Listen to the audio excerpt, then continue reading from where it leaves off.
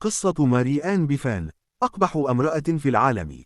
لم تكن ماري آن بيفان امرأة عادية، بل عاشت حياة استثنائية مليئة بالتحديات والتحولات.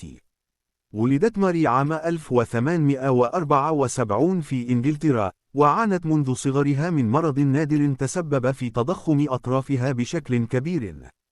واجهت ماري صعوبات جمة في طفولتها بسبب مظهرها المختلف، وتعرضت للتنمر والسخرية من أقرانها. في سن 20 عاما، تزوجت ماري من بائع زهور، وأنجبت 4 أطفال.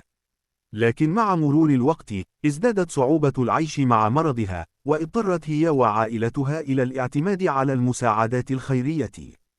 في عام 1902، قررت ماري المشاركة في مسابقة أبشع امرأة في العالم، التي أقيمت في لندن. وفازت ماري باللقب، وحصلت على جائزة مالية قدرها 5 جنيها استرلينيا. بعد فوزها، بدأت ماري بجولة في جميع أنحاء إنجلترا مع سيرك، حيث كانت تعرض نفسها للجمهور مقابل المال.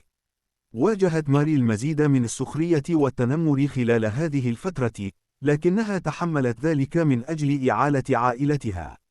مع مرور الوقت، بدأت ماري تكسب احترام الناس بفضل شجاعتها وروح الدعابة.